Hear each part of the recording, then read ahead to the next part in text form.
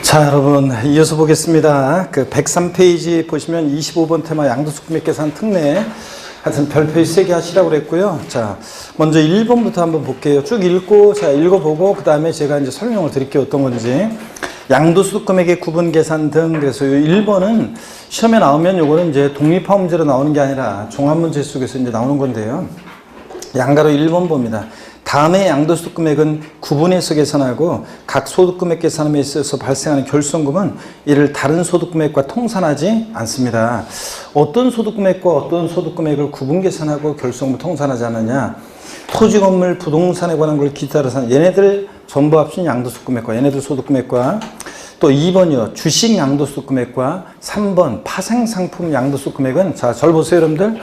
부동산 등과 주식과 파생상품 양도소득금액은 각각 구분해서 계산하고 얘네들 서로 결손금은 통산한다 안 한다? 안 합니다.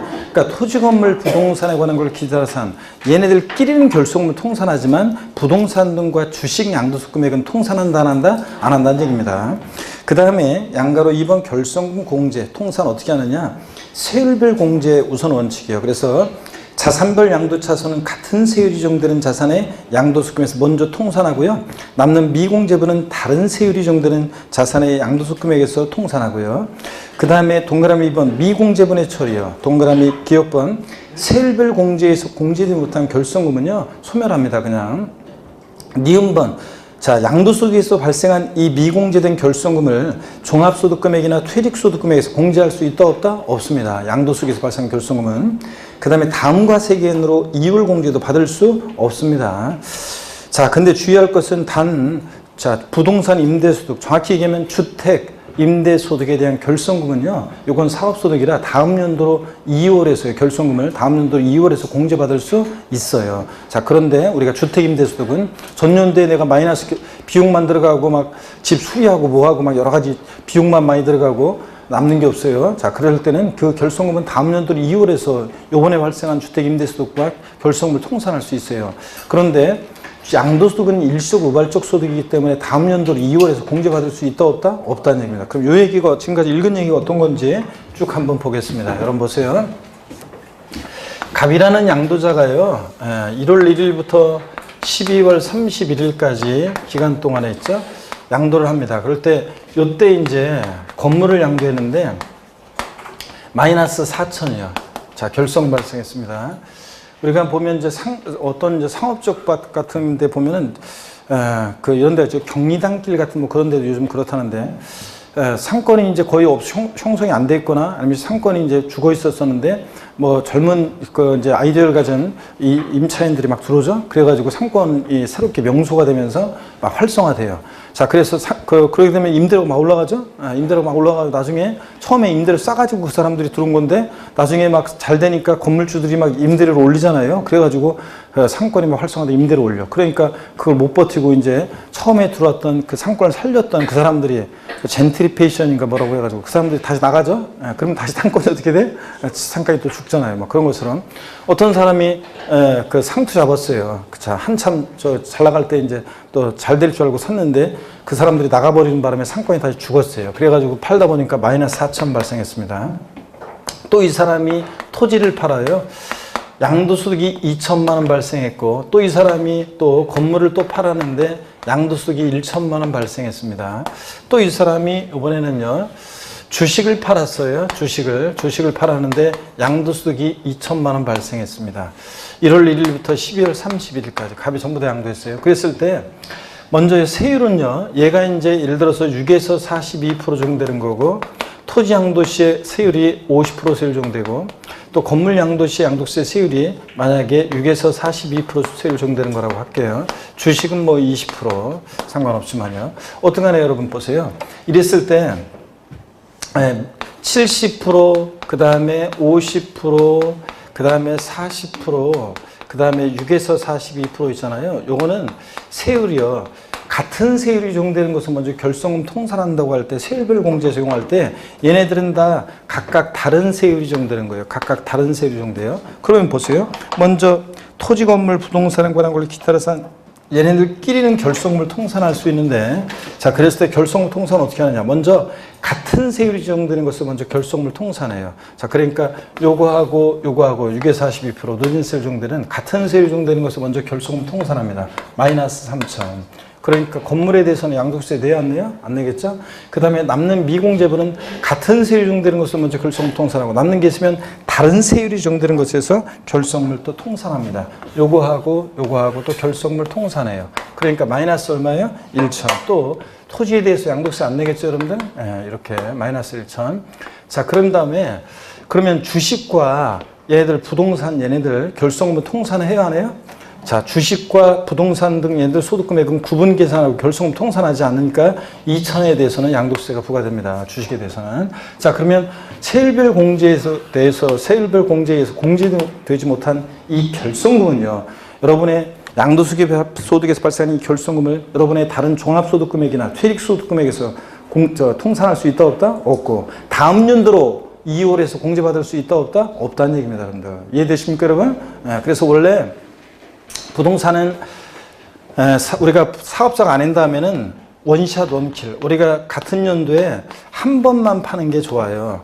왜냐하면 여러 번 팔면은 이거를 합산해서 누진세 적용되니까 합산하니까 양도자별로 합산하니까 여러 번 양도하면 그 양도소득을 합산하니까 과표 커져서 세율 높아지니까 여러 번 양도하는 게 좋지 않아요. 그래서 절세를 위해서는 보통 사람들은 1년에 한 번씩만 파는 게 절세율이에요. 근데 다만 예외가 있어요. 이렇게 마이너스 결손금 발생했을 때는 빨리 다른 거 팔면 더 좋죠, 여러분들? 결손금 통산하니까요. 이런 겁니다. 자, 그래서 양도소득 금액의 구분 계산, 그 다음에 결손금 통산, 공제 어떻게 하는지 배웠고요. 그 다음에 2번 배우자 및 직계존비 속간 증여받은 재산에 대한 이율과세 특례하고, 넘겨보시면 104페이지 하단에 3번 양도소득의 부당행위 계산부인 특례 있죠? 여기에 또 이제 좀 어려워요. 그래서 설명을, 자, 일단 필기하지 말고 설명을 잘 듣고 교재 같이 보고, 그 다음에 나중에 필기는 여러분들이 제가 판수한 내용은 쉬는 시간에 사진으로 찍어 가세요, 여러분들. 자, 그래서 설명을 일단 잘 듣습니다. 어떤 거냐면, 먼저 이런 얘기입니다. 먼저요, 이율과세 특례부터 한번 설명드리겠습니다. 여기 보세요. 배우자요. 한 입을 덮고 자는 사이에 배우자 또는 직계 존비 속 간에, 증여받은 재산에 대한, 증여재산에 대한 이율과세 특례입니다. 증여재산에 대한 이율과세 특례예요. 제목이 좀 긴데요. 이율과세 특례. 자, 이건 어떤 거냐면, 배우자 직계존비소로부터 어떤 재산을 증여받았을 때 이 특례가 적용되냐 그러면 다른 건 안 되고요. 토지, 건물, 또 무슨 이용회원권, 또 그 다음에 요거까지만 있다가 올해 이제 새로 추가된 내용이 있어요. 개정된 내용인데, 자, 부동산을 취득할 수 있는 권리예요. 그래서 아파트 당첨권이나 분양권, 입주권 같은 이 부동산을 취득할 수 있는 권리가 배우자 직계존비소 간 이율과세 특례, 여기에 증여재산에 추가가 됐어요. 그래서 이런 것들을 배우자 직계존비소로부터 증여받았을 때 특례가 적용되는 거지, 주식이라든가 뭐 지상권, 전세권이라든가 나머지 애들은 된다 안 된다? 안 됩니다. 이런 등등은. 자, 그래서 얘네들 증여받았습니다. 그러면 한번 또 보세요. 증여자 갑이 있고요. 자, 증여자 갑이 있고, 그 다음에 증여를 받는 수종자 을이 있어요. 수종자 을이 있고. 이 증여자와 수종자는 어떤 관계냐면 배우자 직계존비속 관계예요. 증여받아서 제3자에게 양도를 합니다. 제3자에게 양도를 하는데, 그랬을 때 배우자 직계존비소로부터 증여받아서 몇 년 내 양도할 때 이율과세 특례 적용되냐면 요거요. 자, 몇 년 내 증여받아서 양도하면 특례가 적용되느냐? 5년 내요. 배우자 직계존비소로부터 증여받아서 5년 내 양도하게 되면 이율과세 특례가 적용됩니다.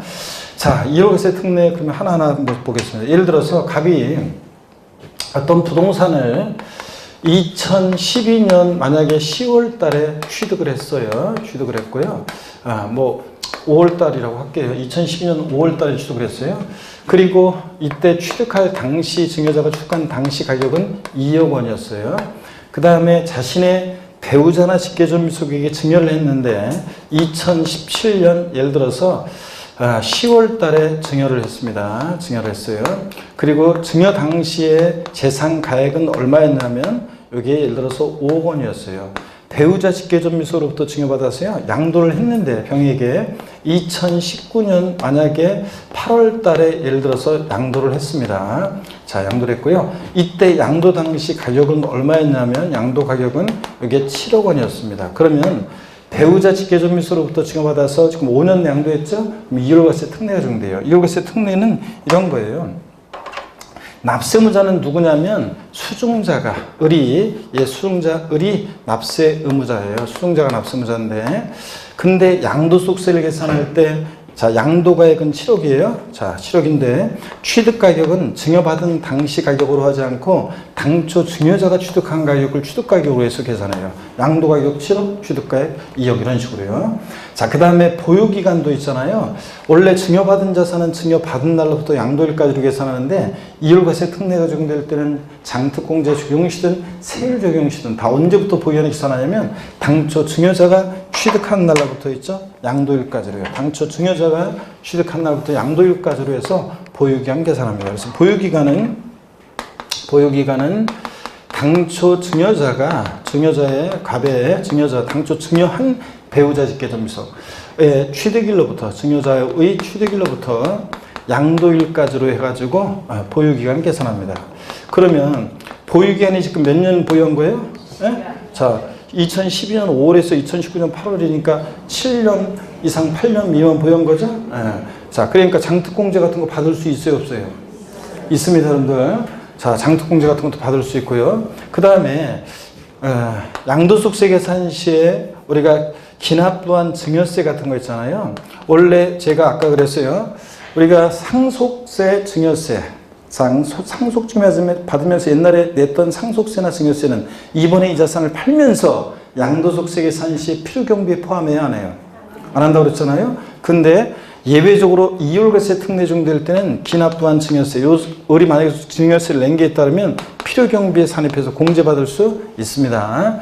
자, 그 다음에 이때 증여자와 수증자는요, 양도소득세, 을이 병에게 양도한 것에 대한 양도세 납부에 대해서 이 증여자와 수증자는 연대 납세 의무가 없습니다. 자, 연대 납세 의무가 없어요. 자, 여러분. 어차피 배우자 직계존미소는 있잖아요. 어차피 한 몸이잖아요. 그죠?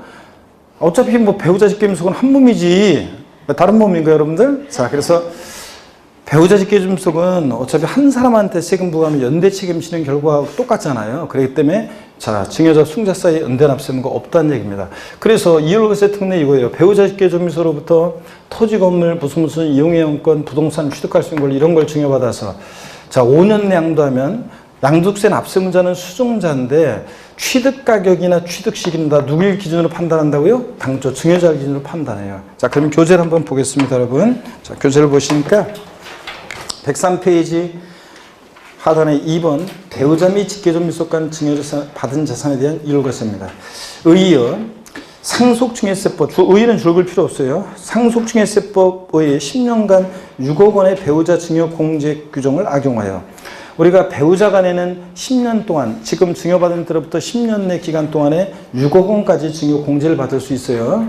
자, 공제를 악용하여 먼저 배우자에게 증여한 후 단기간 내 이를 제3자에게 양도함으로써 양도세 회피 목적을 방지하게 한 제도. 저를 보세요. 만약에 보세요. 갑이요. 이율과세 특례가 없다 그러면 보세요. 2억에 샀어요. 근데 이게 5억이 됐어요. 그럼 일단 배우자한테 증여해요. 그럼 6억까지 증여 공제를 받으니까 증여세 안 내겠죠?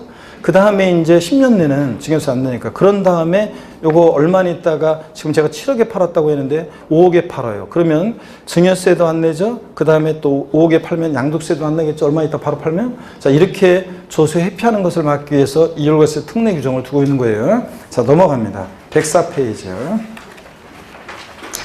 양가로 2번 적용 요건을 보니까 동그라미 1번 배우자 또는 직계존미소로부터 증여받은 자산을 증여받아서 몇 년에 팔아야 돼요? 5년 내 양도할 때 특례 적용되고 동그라미 2번 자 토지 건물 그 다음에 요 부동산을 취득할 수 있는 권리 밑줄이요. 요게 이제 올해 추가됐어요.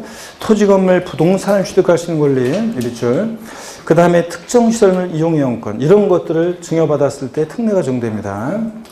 3번이요. 이율과세 특례는 좀 이따 보겠지만 조세의 부당한 감소 여부와 관계없이 적용한다는 점에서 부당행위 예산부인 특례와 다르고요.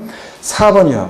양도 당시 혼인관계가 소멸된 경우는 특례를 적용하되, 다음에 줄입니다. 사망으로 혼인관계가 소멸된 경우는 특례를 적용하지 않는다 그랬습니다. 자, 어떤 얘기냐면, 여러분, 저를 봅니다, 여기. 예.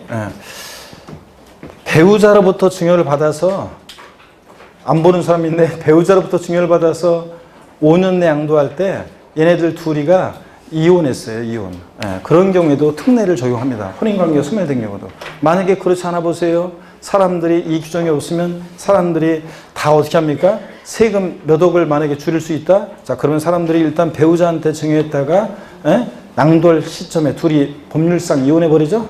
아, 그렇잖아요. 판사 앞에서 제가 항상 저 판사 앞에서는 왜 이혼하냐고 하면 성격 차이라고 하고, 그런 다음에 밤만 되면 합친다고 그랬잖아요. 그래서 가짜로 이렇게 이혼하는 사람들이 생길까봐 양도 당시 혼인관계가 소멸된 경우도 특례는 적용합니다. 근데 사망으로 혼인관계가 소멸된 경우는 특례 적용한다 안 한다? 안 합니다. 배우자로부터 증여받았는데 얼마 안 돼가지고 배우자가 죽었어요.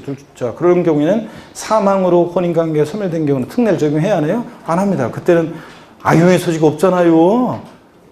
뭘 멍하니 그래요, 여러분들. 아, 이거 세금 때문에 둘 중에 한 사람 죽을 사람 있어요. 그러니까 사망으로 혼인관계가 소멸된 경우는 악용의 소지가 없으니까 특례 적용 안 해요. 그럼 특례 적용 안 하면 잘 보세요. 이제 계속 특례 적용 제외되는 경우들이 나오는데, 특례를 적용 안 하면 납세무자는 누가 되느냐? 똑같이 수증자 을인데, 특례를 적용 안 할 때는 취득가격은 어떤 거로 하느냐? 증여받은 당시 가격으로 하는 거고. 그죠? 5억으로. 또 보유기한도 언제부터 시작해요? 증여받은 날부터 계산하는 거고. 특례를 적용했을 때가 증여자를 기준으로 판단하는 거고, 특례 적용 안 하니까 사망으로 혼인관계가 소멸됐다. 특례 적용 안 하니까 취득가격, 양도가격은 7억, 취득가격은 5억이고, 그 다음에 보유기한도 증여받은 날부터 보유한을 계산하고요. 증여받은 자산은 증여받은 날부터 보유한을 계산한다고 그랬잖아요. 여러분, 자, 그 다음에 멍하니 해가지고 처음 배워서 그런 것 같은데 또 다 계속 반복합니다. 근데 약간 좀 더운 것 같아요, 지금. 그 다음에 박스 안에 보시면요. 박스 안에 보시면은 이 이율과세 특례 적용 제외되는 경우 있죠? 특별히 또 별 표시해놓고 자료 또 한번 봅니다. 좀 깊은 내용이지만 기업번 볼게요. 사업인정부실로부터 소급해서 2년 이전에 증여받은 경우로서 법률에 따라 수용된 경우에 특례 적용한다 안 한다? 안 합니다. 여러분, 내가 증여받아서 2년 내에요. 수용당해서 양도해요. 내 의지로 양도한 거예요? 아니잖아요. 그러니까 특례 적용해야 하나요? 안 합니다. 그 다음에 니은번 봅니다. 증여 이율과세 규정을 적용할 경우에 1세대 1주택 비과세 양도에 해당하게 되는 경우요. 자, 여러분. 자, 증여받아서 배우자 시킴 존비서부터 증여받아서 양도하는데 1세대 1주택 비과세 요건에 해당하는 주택을 양도합니다. 그럴 때는 특례 적용한다 안 한다? 안 합니다. 어차피 비과세니까 특례 적용하지 않습니다. 1세대 1주택 비과세권 갖춘 주택을 양도할 때는. 그 다음에 디귿번 봅니다. 이 디귿번을 좀 주의해 보세요. 이게 이제 재작년인가 개정된 건데 주의해 보세요. 니은, 니은의 경우에 양도소득의 비과세 대상에서 제외되는 고가주택을 양도하는 경우예요. 여러분, 자, 1세대 1주택인 고가주택을 양도할 때는 양도국세는 비과세예요, 과세예요? 1세대 1주택인 고가주택을 양도할 때는 양도국세가 비과세예요, 과세예요? 과세된다고 여태까지 배웠잖아요. 자, 과세인데도 불구하고 1세대 1주택인 고가주택을 양도할 때는 특례 적용한다 안 한다? 안 해요. 자, 그 다음에 리을번 증여 이율과세 규정을 적용해서 계산한 양도소득 결정세액이 증여 이율과세 규정을 적용하지 않고 계산한 양도 결정세액보다 더 적어요. 아, 그럼 뭐하러 특례를 적용해요? 특례 적용해서 계산하는 게 특례 적용하지 않고 계산하는 것보다 더 적으니까 특례 적용한다 안 한다? 안 합니다. 손해보지 않겠죠? 국가에서. 그래서 이런 경우에는 특례 적용하지 않는 이런 경우에는 다시요. 이렇게 특례 적용하지 않는 경우에는 누가 납세무자냐? 수증자 똑같이. 근데 보유권 판단할 때 자가 증여받은 날로부터 보유권을 계산하고 취득가격도 증여받은 당시 가격을 계산하고요. 하여튼 이거는 없는 거고. 아셨죠, 여러분? 특례를 적용하면 취득가격이나 취득시기나 이런 것들을 다 누굴 기준으로 판단하고 증여자를 기준으로 판단하고, 특례 적용 안 하면 그때는 이제 증여받은 때로부터 수증자를 기준으로 판단하는 거고요. 아시겠습니까, 여러분? 이런 겁니다. 그 다음에 양가로 3번 이율과세 효과를 봅니다. 납세무자는 누가 되느냐? 증여받은 배우자 직계전미속이 양도한 것이므로 수증자가 납세무자입니다. 그죠, 여러분들? 그리고 시험에 또 나왔던 것이 증여자와 수증자는 연대 납세무가 있다 없다? 없습니다. 어차피 한 몸이라. 다 키워드로 되어 있는 거는 다 하이라이트 표시된 것은 다 체크고요. 그 다음에 증여세 처리요. 이 경우 수증자가 증여받은 자산에 대해서 납부액과 납부할 증여세 상대액은 필요경비에 산입한다. 원래 기납부한 상속세나 증여세는 양도소득세 계산 시에 필요경비에 포함 안 해요. 그런데 이율과세 특례 적용될 때는 예외적으로 필요경비에 산입해서 공제받을 수 있습니다. 근데 시험에서 또 몇 년 전에 최근에 또 예전에 어떻게 나왔었냐면 기납부한 증여세는 산출세액에서 세액공제한다고 나왔었어요. 산출세액에서 세액공제하는 게 아니라 어떻게 한다? 필요경비에 산입해서 공제받습니다. 가필차에서 그 필요경비에 산입해서 공제받는 거지 산출세액에서 세액공제받는 것이 아닙니다. 여러분, 기납부한 증여세. 그 다음에 동그라미 3번 양도세 계산은 당초 증여한 배우자 직계전미속의 취득시를 기준으로 증여자를 기준으로 해가지고 취득가격이나 장특공제, 세율 등을 다 판단합니다. 그렇죠, 여러분들? 그럼 이 사례에서 자, 이런 사례가 나왔을 때 장기 포획공제를 받을 수 있다 없다? 있다 없다? 있습니다. 지금 이 사례에서 누굴 기준으로 판단하니까 증여자가 취득한 때부터 보유하는 기산하니까 자 2012년 5월에서 2019년 8월까지 보유한 거니까 3년 이상 보유했으니까 장특공제 받을 수 있습니다. 몇 프로를 받을 수 있냐? 일반적인 토지 건물이라고 했을 때 몇 프로를 받을 수 있어요? 일반적인 토지 건물이라고 했을 때 몇 프로 장특공제 받을 수 있냐고. 양도세액 몇 프로 받을 수 있어요? 공제율 몇 프로를 적용하냐고요. 뭘 2012년부터 2019년이니까 몇 년 보유했어요? 몇 년 보였는지도 몰라 지금 여러분. 7년 이상 8년 미만이니까 27, 14 양도차익에 27, 14 공제받을 수 있잖아요. 이런 것도 막 이러면은 곤란해 여러분들. 더 이상 어떻게 해줄 수가 없어요. 이제 도와줄 수가 없어요 여러분들. 자, 맨날 여러분 자녀들한테 아이고 그런 것도 못하냐, 산수도 못하냐 막 이러면서 구박하지 말고 여러분들 이런 것도 못하냐 그러면 도와줄 수가 없어 어떻게. 자, 3번 봅니다. 양도소득의 부당행위 계산부인 특례입니다. 이것도 제가 설명을 먼저 쭉 드리고요. 그 다음에 교재 보겠습니다. 일단 저를 보세요, 여러분들. 이것도 쭉 제 설명을 드려야 돼요. 설명 듣고 이따가 쉬는 시간에 사진으로 찍어 가시든 이렇게 하시고 일단 봅니다. 부당행위 계산부인 특례는 이런 거예요. 특수관계자 간에요. 특수관계자 간에 부당행위로 계산된 부당행위 계산을 부인하는 특례예요. 얘네들이 부당하게 계산했어요. 그러면 특수관계자 간에 그러면 관할 세무상이 얘네들의 계산을 부인하는 특례입니다. 부인하고 다시 계산하는데 자, 어떤 거냐면 특수관계자 간의 부당행위 부인 특례는 두 가지 유형이 있어요. 하나는 적지 말고 일단 봅니다. 특수관계자 간의 증여 후 우회 양도예요. 증여했다가 우회 양도하는 거 여기 있고, 또 하나는 특수관계자 간의 자 시가보다 낮게 저가로 양도하거나 시가보다 낮게 저가로 양도하거나 시가보다 높게 고가로 양수 취득하는 거예요. 고가로 취득하는 경우, 양수하는 경우 두 가지 유형이 있습니다.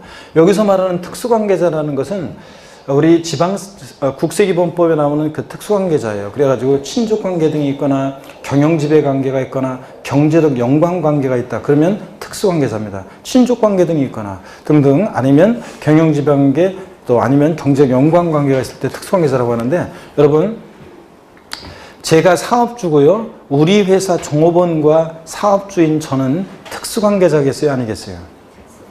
네? 특수관계자겠어요? 아니겠어요? 특수관계자지. 내가 자네 명의로 뭘 좀 하려고 하는데 협조 좀 해달라고 하는데 안 돼 사장님. 자, 바로 다음에 구조조정 같은 거 없어도 구조조정 건수를 만들어가지고 다음에 일수일 잘리겠죠? 자, 특수관계자입니다. 금방 내가 했잖아요. 경제적 연관관계가 있거나 경영지배관계가 있으면 특수관계자라고 그랬잖아요. 자, 우리 회사, 제가 사업주인데 우리 회사 종업원과 그 다음에 생계를 같이 하는 가족이 있습니다. 그 가족과 저는 사업주인 저는 특수관계자예요, 아니에요? 내가 자네 부인 명의로 뭘 좀 하려고 하는데 협조 좀 해달라고 하는데 안 돼요. 사장한테 절대 안 된다고 그래. 세금을 포탈하려고 말해. 진짜 인간이. 아유, 진짜. 그러면 그 신랑은 그런 식으로 내조하면 그 신랑은 다음에 무슨 꼬투리만 잡혀도 1순위로 잘리겠죠, 여러분들? 그러니까 특수관계자 아니에요. 특수관계자입니다, 여러분. 아이고, 진짜. 사장이 원하면 간쓸개까지 다 빼주고 오라고 내조를 해야지. 네? 그래서 그럼 내가 할 수 있으면 어떻게 저 남편을 위한 길이면 내가 어떻게 간에 그까이 거 명의를 못 빌려서 다 어떻게든 해줘야지, 여러분들. 특수관계자입니다. 아셨죠, 여러분? 금방 얘기했잖아요. 친족관계 있거나 경영지배관계가 있거나 경제연관관계가 있으면 뭐라고요? 특수관계자라니까. 인상 쓰지 말고 특수관계자. 그죠? 자, 봅니다, 여러분. 그러면 이제 증여 후 우회 양도를 한번 설명드릴게요. 이거 보세요. 설명 잘 됐습니다. 크게 하지 말고 지금. 안 지울게요, 제가. 자, 무슨 얘기냐면, 증여 후 우회 양도. 증여자 갑이 있어요. 증여자 갑이 있고, 증여를 받는 수중자 을이 있어요. 수중자 을이 있습니다. 이 증여자와 수중자는 어떤 관계냐면 특수관계자예요. 신족관계 등이 있는 특수관계자에게 증여를 했습니다. 신족관계 등 특수관계 있는 특수관계자에게 증여를 했고, 증여를 받아서 수중자가 이것을 제3자에게 있잖아요. 제3자에게 양도를 합니다. 제3자에게 양도를 해요. 그러면 근데 특수관계자로부터 증여받아서 양도했다고 무조건 특례 적용되는 건 아니고요. 증여받은 때로부터 5년 내에 증여받아서 양도를 할 때 5년 내에 양도를 할 때 이 특례가 적용됩니다. 근데 또 이거는요. 부당인 선부인 특례는 특수관계자로부터 증여받아서 5년 내에 양도했다고 무조건 2월과세 특례처럼 특례 적용되는 것이 아니라 얘는 조세의 부당한 감소 목적이 있어야 돼요. 이 부당행위 선부인 특례는 조세에 부당한 감소가 있어야 돼요. 조세의 부당한 감소가 있어야지 특례가 적용됩니다. 이 이율과세 특례는 조세의 부당한 감소가 없어도 얘는 조세에 부당한 감소가 없어도 얘는 배우자 직계점에서부터 증여받아서 5년 내 양도하면 무조건 이율과세 특례가 적용되는데 이 부당인 선부인 특례는 조세 부당한 감소가 있어야 되는데 이 증여 후 우회 양도에서는 조세 부당한 감소 판단을 어떻게 하느냐? 그러면 수증자가 부담하는 증여세와 증여세는 받는 사람이 내는 세금이에요. 그 다음에 눈 뜨고 증여받아서 제3자에게 양도할 때 이거 설명 잘 들어야 돼. 못 들으면 혼자서 또 나중에 책 보면 이게 뭔 소리인지 이해가 안 돼가지고 또 저기 하니까 설명 잘 들으면 놓치지 말고 꼭 들읍니다. 그래서 수증자가 부담하는 증여세와 수증자가 양도한 것에 대한 얘가 을이 양도한 것에 대한 양도소득세를 계산해요. 그래서 각각 계산했을 때 요 A와 B 각각 계산한 합친 세액이 각각 계산한 합한 세액이 수증자가 부담하는 증여세와 양도세 합한 세액이 당초 증여자 갑이요 제3자에게 직접 양도했을 것이라고 가정을 해가지고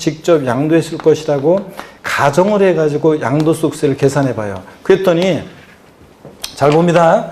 수증자가 부담하는 증여세와 양도세 합한 금액이 당초 증여자가 제3자에게 직접 양도했을 것이고 가정에서 계산한 양도세액보다 뭐예요? 더 적어요. 이게 더 적어. 자, 그러면 이게 더 적으면은 지가 직접 양도하면 세금 더 나올 것 같으니까 우회적으로 돌렸다고 봐가지고요. 얘네들의 계산을 부인해요. 그래서 이거 싹 부인합니다. 수증자한테 증여세 부과하지 않고 양도소득세 부과하지 않고요. 당초 증여자가 제3자에게 직접 양도한 것으로 봐요. 자, 당초 증여자 갑이. 그래가지고 양도세 계산합니다. 그러니까 납세무자는 누가 되느냐? 당초 증여자가 납세무자고요. 취득가격이나 취득시기도 다 증여자를 기준으로 판단해. 이건 싹 부인한 거니까. 자, 그런 얘기입니다. 그러면 보세요. 이때 근데 이 수증자는 불법에 협력했다고 봐가지고 이때 증여자와 수증자는 있잖아요. 이때 증여자와 수증자는 양도소득세 납부에 대해서 연대 납세무가 있어요. 양도소득세 납부에 대해서 연대 납세무가 있습니다. 자, 그러면 한번 볼게요. 이율과세 특례와의 차이점을 한번 비교해보면 이율과세 특례하고 차이점을 비교해보면요. 이율과세 특례에서는 납세무자가 누가 돼요? 수증자가 납세무자예요. 근데 증여 후 우회 양도에서는 누가 납세무자예요? 당초 증여자가 납세무자예요. 자, 이율과세 특례에서는 기납부한 증여세 필요경비에 산입해서 공제해 주잖아요. 그죠? 여기 기납부한 증여세 필요경비에 산입해서 공제를 해주는데 근데 자, 증여 후 우회 양도에서는 증여세 자, 안 냈으면 낼 필요 없고 낸 게 있으면 돌려줍니다. 그 다음에 저기 이율과세 특례에서는 증여자 수증자 사이에 연대 납세무가 있어요? 없어요? 없어요. 어차피 한 몸이니까. 근데 자, 증여 후 우양도에서는 얘가 불법 협력했다고 봐가지고 증여자 승자세 연대납세무가 있다 없다? 있어요. 불법 협력했으니까 책임을 집니다. 자, 이런 차이점이 있습니다. 그리고 여기 특수관계자에서 잘 보세요. 시험 문제는 이렇게 나와요. 나중에 이제 기출문제 보겠지만 문제. 처음에는 특수관계자 간에 증여받아서 특수관계자로부터 증여받아서 5년 양도했다고 하면서 처음에는 이 특수관계자가 배우자 직계존비속이라고 문제가 나오다가 갑자기 4번 주문에 난데없이 이때 만약에 증여자와 수증자가 삼촌과 조카라면 뭐 이런 식으로 나와요. 자, 그러면 아니면은 자, 보세요. 갑자기 난데없이 배우자와 그러니까 처음 잘못했구나. 자, 처음에는 그냥 특수관계자로 나오다가 문제가 처음에는 특수관계자로 나오다가 갑자기 문제가요. 그러니까 삼촌과 조카라고 처음에는 나와요. 삼촌과 조카라고 나오다가 갑자기 4번 지문에 이때 만약에 증여자 수증자가 배우자 직계존비속간이라면 그러면 얘기가 틀려져요. 배우자 직계존비속으로부터 증여받아서 5년 양도하면요. 이때 특수관계자에는 이율과세 특례가 적용되는 배우자 직계존비속을 제외한 특수관계자를 말해요. 그러니까 배우자로부터 증여받아서 5년 양도한다고 갑자기 난데없이 4번 지문에 나오면 이 증여 우양도 이 특례가 적용되는 게 아니라 이율과세 특례가 우선 적용돼요. 그러니까 납세무자는 누가 되는 거예요? 이제 수증자가 되고 이런 식으로 바뀌어요. 그러니까 문제를 잘 봐야 돼요. 그러니까 여기서 말하는 증여 우양도에서 특수관계자는 배우자 직계존비속을 제외한 특수관계자를 말합니다. 자, 그래서 삼촌이 조카한테, 사촌형이 뭐 어쩌고 형이 동생한테 뭐 이런 식으로 나와요. 자, 그 다음에 또 봅니다. 저가양도 고가양수 여기 봅니다. 시가보다 낮게 양도하거나 높게 취득하는 건데 여기를 봅니다. 그럴 때 이거 남남 사이 같으면 시가보다 싸게 팔든 비싸게 사든 뭔 관계가 있어요, 여러분들? 그죠, 여러분들? 그러니까 그 전에 사기 강박 분방만 하면 상관없잖아요. 적지 말고 여기 보라고 그랬습니다. 혼자 독학하지 말고. 그랬을 때 반드시 그러니까 특수관계자가 아니어야 되고 그 다음에 시가보다 낮게 양도하거나 높게 취득을 할 때 특례가 적용돼요. 시가보다 만약에 높게 양도하거나 낮게 취득하면 특례 적용 안 돼요. 그러니까 이게 헷갈리잖아요. 그래서 어떻게 외우냐면 저도 세법 고수입니다. 여러분이 이제 핵심유학 과정 또 문제풀이 특강 뭐 이런 것들 문제풀이 특강을 마치고 이렇게 다 이제 특히 5, 6월 달에 여러분들은 지금 보니까 어떤 곳은 7, 8월 달에 문제풀이 하는데 여러분들 5회 해버리잖아요. 그러니까 요번에 여러분들이 5, 6월 달에 빡세게 오전에 요약 강의 듣고 이런 압축하면서 듣고 그 다음에 바로 이제 활용을 해서 여러분들 문제집으로 문제풀이 특강을 하고 오늘 하잖아요. 그래서 문제집으로 문제 실천 연습을 하고 자 이렇게 해서 사례 적응을 키우고 이런 식으로 하게 되면 여러분들 고생하고 힘들겠지만 하여튼 빡세게 하여튼 5, 6월 달 공부하면 7, 8월 달에는 바로 여러분들이 얼추 이제 마무리를 들어갈 수 있어요. 이제 전범위로 5, 6월 달 그럼 7, 8월부터 이제 전범위로 이렇게 이제 사고하면서 이제 하는 연습들을 계속 이제 해가면서 9, 10월 달 마무리 들어가면 여러분들이 나중에는 이제 9, 10월 달에는 지금은 막 헷갈리고 막 이랬던 것들이 착착착 정리가 됩니다, 여러분들. 다른 과목 왜 웃고 그래? 이제 정리가 9, 10월 달에 되는데 정리가 안 되면 어떡하려고? 참네. 9, 10월 달에 정리가 돼야지. 9, 10월 달에는 정리가 됩니다. 그래서 막 이제 헷갈리는 것들 막 이제 외우고 이제 불분명했던 거 이제 정확하게 디테일하게 막 이제 외우고 이제 9, 10월 달에 그리고 이제 전범위로 시험 보고 부족한 부분 메우고 이렇게 하면서 시험장 가서 여러분들이 합격하는 겁니다. 자, 그러니까 같은 부지런히 공부를 이제 하셔야 돼요. 그래서 여러분 보세요. 이게 헷갈리잖아요. 헷갈리니까 어떻게 외우느냐? 저도 세법 고수입니다. 에브리버디 다 같이요. 시작. 저도 세법 고수입니다. 저도 저가양도 고수, 고가양수 취득할 때만 특례 적용하는 거지 고가양도하거나 저가로 취득할 때는 특례 적용 된다 안 된다? 안 됩니다. 특수관계자가 아닌지 확인하고 또 이거는요. 저가양도 고가양수는 조세의 부당한 감소가 있어야 되는데 그 판단을 어떻게 하냐면 얘는 저가양도 고가양수에서는 시가와 대가의 차이가 있죠. 시가와 대가의 차이가 자, 금액으로 3억 원 이상 차이 나거나 금액으로 3억 원 이상 차이가 나거나 또는 시가와 대가의 차이가 시가의 5% 이상 차이가 날 때 조세 부당한 감소가 있다고 봅니다. 둘 중 하나 해당되면 그러면 여러분 보세요. 예를 들어서 갑이라는 어떤 사람이 있잖아요. 갑이라는 어떤 사람이 어떤 부동산을 옛날에 1억에 취득했던 거예요. 근데 1억에 취득했던 건데 지금 이게 시가 6억이에요. 자, 을이라는 사람한테 양도했는데 을이 지급한 대가가 예를 들어서 3억 원이에요. 을이 지급한 대가가. 자, 을은 여기서 을이 주인공이 아니라 시가보다 낮게 저가를 양도한 갑이 주인공인데요. 갑 입장에서 봤을 때 양도세를 어떻게 신고하냐면 양도 가격은 실제 양도한 가격이라고 하면서 3억 원, 취득 가격은 정해져 있죠. 1억 원. 그래서 양도차익은 2억 원 이렇게 신고를 해요. 근데 관할 세무상이 알고 봤더니 얘가 형이고 그 다음에 얘가 동생이에요. 친족관계 등이 있는 특수관계자 간에 이렇게 시가보다 낮게 양도를 했어. 자, 친족관계 등 특수관계자 간에 시가 양도, 시가보다 낮게 양도, 저가 양도했어요. 그러면 무조건 아니고 조세부담 감소관이 따져봐요. 시가대가가 금액으로 3억 차이 나는지. 3억 차이 납니까? 나잖아요. 지금 시가대가가 금액으로 3억 차이가 나니까 얘네들이 조세부담 감소 목적으로 거래했다고 봐서 얘네들이 계산을 부인해요. 관할세무소장이 얘네들 계산을 부인하고 무엇을 양도하기로 다시 계산해? 시가를 양도하기로 다시 계산해요. 부당이상 부인 특례 저가양도 고가양수에 해당되면 얘네들의 계산을 부인하고 양도가격과 취득가격을 뭐로 계산해? 시가로 다시 계산합니다. 그래서 양도가격은 시가로 하니까 얼마? 6억 원. 어떤 걸 양도가격으로 하는지 잘 아셔야 돼요. 시가로 하니까 6억 원. 그 다음에 취득가격은 애초에 정해져 있죠. 1억 원. 양도차익 얼마? 5. 이렇게 계산한다는 얘기입니다. 이해되십니까, 여러분? 그 다음에 또 봅니다. 요거는 이제 하나는 했던 건데 한번 보세요. 이번에는 갑이라는 사람과 을이라는 사람이 부동산을 거래했는데 시가 예를 들어서 1억짜리인데 을이 지급한 대가가 예를 들어서 1억 5천이다. 이거는 필경비하면서 한번 했어요. 을이 이것을 제3자 병에게 이것을 3억 원에 양도를 합니다. 자, 그랬을 때 을이 주인공인데 여기서 을이 주인공인데 양도소득세를 신고할 때 양도가격은 실제 양도한 가격이라고 하면서 3억 원, 취득가격은 실제 취득한 가격이라고 하면서 1억 5천 이렇게 신고해요. 근데 그래서 양도차익 1억 5천. 근데 관할 세무상이 알고 봤더니 얘가 또 형이고, 자, 얘가 형이고 얘가 동생이에요. 친족관계 등이 있는 특수관계자 간에 이렇게 시가보다 높게 고가로 양수 취득을 했다. 자, 그러면은 시가보다 높게 고가로 취득하면 오늘 팔만 안 다쳤습니까?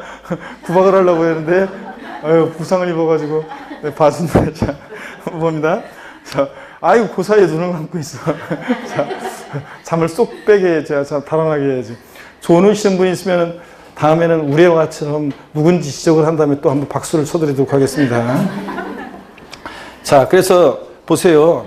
특수관계자 간의 시가보다 높게 고가로 양수 취득을 했다. 그러면 조세 부담 감소가인지 그 다음에 이제 따져봐야 하는 거예요. 그러니까 특수관계자 간인지 확인하고 저가 양도 고가 양수 저도 고수인지 확인하고 그 다음에 이제 세 번째 확인할 게 시가 대가에서 금액으로 3억 차이 나요? 안 나. 5천만 원밖에. 그러면 시가의 몇 프로? 5% 이상 차이는 따져봐.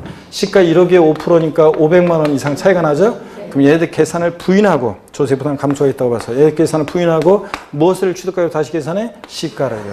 자, 부당해이상 부인 특례에 해당하면 얘네들의 계산을 부인하고 무엇을 취득가격이나 양도가격으로 한다? 시가를 양도가격이나 취득가격으로 다시 계산해. 그래서 양도가격은 3억 원, 취득가격은 시가를 취득가격으로 하니까 1억 원, 양도차익 2억 원 이런 식으로 다시 계산한다는 얘기입니다. 이해되십니까 여러분? 이게 부당해이상 부인 특례입니다. 교재를 보겠습니다. 이제 104페이지 보시니까 104페이지요. 3번 양도소득의 부당행위 계산 부인입니다. 의의를 보니까요. 동감 1번 납세지 관할 세무상 또는 지방독세청장이 양도소득 있는 고자 행위 또는 계산이 그 고자와 특수관계인 자와의 거래로 인해서 당해 소득에 대한 조세의 부담을 부당하게 감소시킨 것으로 인정되는 때는 조세 부담 감소가 있어야 돼요. 부당해상 부인 특례는.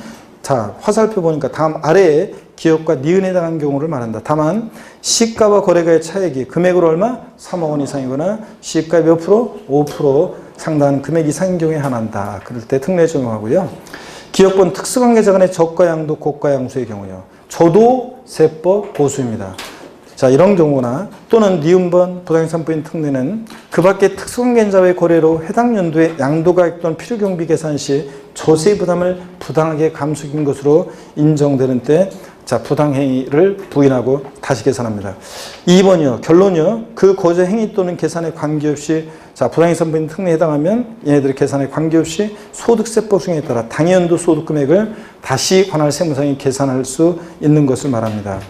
105페이지 유형 양가로 2번 유형에서 동그라미 1번이요. 자산의 저가양도 고가양수의 경우입니다. 기억번 양도수기는 고자가 그와 특수관계자와의 거래에 있어서 토지 등을 시가를 초과해 취득하거나 시가 미달하게 양도함으로써 저도 세법 고수입니다. 여기 경우죠. 이런 함으로써 조세의 부담을 부당하게 감축해서 인정되는 때는 이게 결론이에요. 그 취득가액과 양도가액을 뭐로요? 시가로 계산하는 게 시가로 아까 시가로 계산했잖아요. 시가로 계산하는 게 이게 이제 부당해서분 특례입니다. 시가로 계산. 이게 결론이고요. 동그라미 니은번 이때 시가라는 것은 뭐냐? 상속증여세법 규정을 준용하여 평가한 가액에 의합니다. 상속증여세법 규정을 준용하여 평가한 가액이라는 게 양도일 또는 취득일 전후 각 3개월의 기간에 대해서 상속증여세법 규정을 준용하여 평가한 가액을 말하고요. 더 자세한 얘기는 뭐 모르셔도 되고 일단 동그라미 2번 증여 후의 양도의 경우를 봅니다. 부당해산분 특례 두 번째. 기업번 양도소득세에 대한 소득세를 부당하게 감추기 위해서 특수관계자에게 자산을 증여하는 그 자산을 증여받은 자가 증여받은 몇 년이요? 5년 내에 이를 타인에게 양도한 경우에 납세무자 누가 되느냐? 당초 증여자가 그 자산을 직접 양도한 것으로 봅니다. 그렇죠? 증여 후의 양도 이 부당해산부인 특례에 해당하면 얘네들 계산을 싹 여기 보세요. 얘네들 계산을 싹 부인하고 잔머리 굴렸다고 봐서 계산을 부인하고 당초 증여자가 직접 양도한 것으로 봅니다. 예? 자, 당초 증여자가 납세무자고 그 다음에 즉 당초의 증여자가 양도세 납세무자가 된다는 거. 이때 증여자 수증자는 연대 납세무가 있다 없다? 있다. 얘는 불법이 현명했다고 봐가지고 꼭 알아두시고 디귿번 증여세 처리요. 이 경우 당초 증여받은 자산에 대해서 상속증여세법 규정에 불구하고 증여세를 부과하지 아니합니다. 자, 증여세 낸 게 있으면 안 냈으면 낼 필요 없고 낸 게 있으면 돌려주고요. 이율과세 특례하고 차이점입니다. 그 다음에 리을번 양도세 계산은 둘 다요. 이율과세 특례든 증여 후 의양도든 당초 증여자의 취득시기를 기준으로 취득가액이나 장특공제 이런 거 다 판단합니다. 다 증여자를 기준으로 판단하고요. 그 다음에 표를 봅니다. 105페이지. 이율과세 특례하고 특수관계자 간의 증여재산에 대한 부당해산부인 특례 비교를 봅니다. 자, 증여자 수증자 관계는 어떤 관계냐? 이율과세 특례는 어떤 관계예요? 배우자 직계존비속 관계고요. 그 다음에 부당해산부인 특례는 특수관계자인데 이율과세 규정이 적용되는 배우자 직계존비속을 제외한 특수관계자간입니다. 적용 대상 자산, 이율과세 특례는 토지 건물, 그 다음에 특정 시설물 이용 및 회원권, 그리고 올해 새로 추가된 게 뭐라고요? 부동산을 취득할 수 있는 권리예요. 아파트 당첨권, 분양권, 저원 입주권 같은 부동산을 취득할 수 있는 권리. 그 다음에 부당행위 계산부인 특례에서는 모든 양도세 자산 다 되고요. 증여받아서 양도에까지 기간은 둘 다 몇 년 내요? 5년 내에 양도했어야 됩니다. 납세무자 이율과세 특례는 증여받은 배우자 직계존비속이고요. 그죠? 수증자가. 근데 증여 후 우회양도에서는 누가 납세무자라고요? 당초 증여자가 납세무자예요. 자, 그 다음에 차이점 꼭 비교하고 기납부한 증여세 처리 이율과세 특례에는 양도채 계산상 필요경비에 산입해서 공제해주죠. 산출세가 아니고 필요경비를 산입해서. 근데 이율과세 특례는 자 증여세 과세하지 않습니다. 안 냈으면 낼 필요 없고 낸 게 있으면 돌려줍니다. 연대납세무 규정 이율과세 특례는 자 어차피 한 몸이니까 배우자 직계존비속과는 연대납세무 있다 없다? 없다. 근데 부당해산부인 특례 특수에는 불법 협력했으니까 증여자 수증자 사이에 연대납세무가 있다 없다? 있다는 거거든요. 자, 넘어갑니다. 넘어가서 보시니까 조세의 부당한 감소였고요.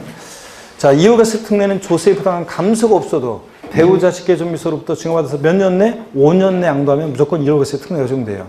근데 부당행위 계산부인 특례는 조세의 부당한 감소가 있어야 되는데 그 판단을 어떻게 하느냐. 동그라미 1번 특수관계자 간의 이거 꼭 중요합니다.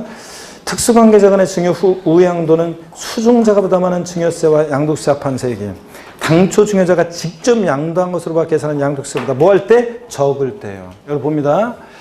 증여 후 우양도에서는 조세 부담 감소 판단 어떻게 하느냐. 수증자가 부담하는 잘 보세요. 증여세와 양도세 합한 세액이 당초 증여자가 직접 양도한 것으로 가정에서 계산한 이 양도소득세액보다 뭐 할 때? 이 두 개 합친 게 적을 때입니다.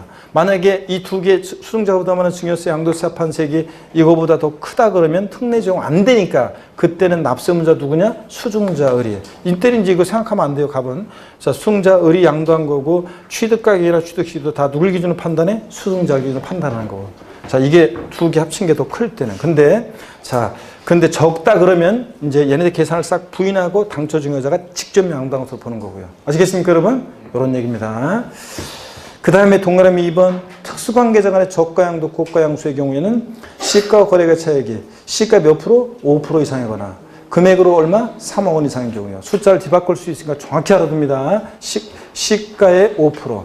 시가 대가 차이가 금액으로는 얼마? 3억 원 이상입니다. 다 체크하시고 아까 동그라미 1번은 하여튼 적은 경우 요것도 체크하시고 해서 꼭 반드시 여러분들이 이걸 알아둡니다. 그 판단 기준을. 취득가액 계산이라든가 장특공제 세율종유시는 둘 다 똑같이 다 누굴 기준으로 판단해요? 당초 증여자가 취득한 가격을 취득가격으로 하고 증여자가 취득한 보기관에 계산하고요. 이율과세 특례도 다 누굴 기준으로 판단해? 이율과세 특례 적용되면 당초 증여자 기준으로 판단합니다. 여러분 이 이율과세 특례 있잖아요. 여러분들이 이율과세 특례 있잖아요. 만약에 부동산을 샀는 데 있잖아요. 토지 같은 거 특히 샀는데 개발 호재 등에 의해서 갑자기 무슨 뭐가 생각도 못했던 뭐 개발 계획이 발표되면서 요번에 같으면 뭐 3기 신도시 같은 거 있잖아요. 만약에 내가 진짜 몰랐어 나는 그냥 땅을 그냥 샀는데 몸으로 그냥 샀는데 갑자기 3기 신도시가 된다거나 뭐 그 인근 지역에 3기 된다거나 뭐 해가지고 어떻게 땅값이 갑자기 막 올라요. 그랬을 때는 자기 명의로 주구장창 갖고 있다 팔면 양도 차이 크잖아요.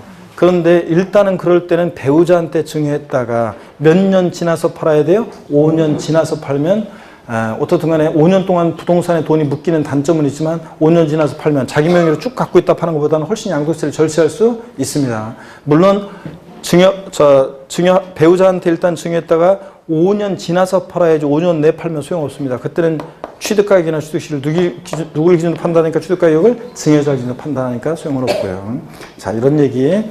그래서 일단은 땅값이 갑자기 많이 올랐다 그럴 때는 일단 배우자한테 증여했다가 하는 게 좀 절세할 수 있습니다. 이렇게 해서 이율과세 특례를 다 받고 26번 테마 양도세 과세표준 예정신고 납부, 그 다음에 27번 확정신고 납부 다 별표의 3개입니다. 26번, 27번. 작년 나왔지만 시험에 작년에 나왔지만 얘네들은 매년 나오는 거예요. 매년 나오는 거라 별표실 3개 합니다, 여러분. 별표 3개 하시고 자, 그 다음에 요거를 또 봐야 되는데 시간이 좀 애매하네. 그래서 다음 시간에 다음 시간에 우리가 길게 하기로 하고 다음 시간에 다 끝내야 돼요. 이거 다 끝내고 집에 가야 돼요. 자, 길게 하기로 하고 일단은 잠깐 쉬었다가 자 26번 테마 예정신고납부 확정신고납부부터 보도록 하겠습니다. 또 잠깐 쉽니다.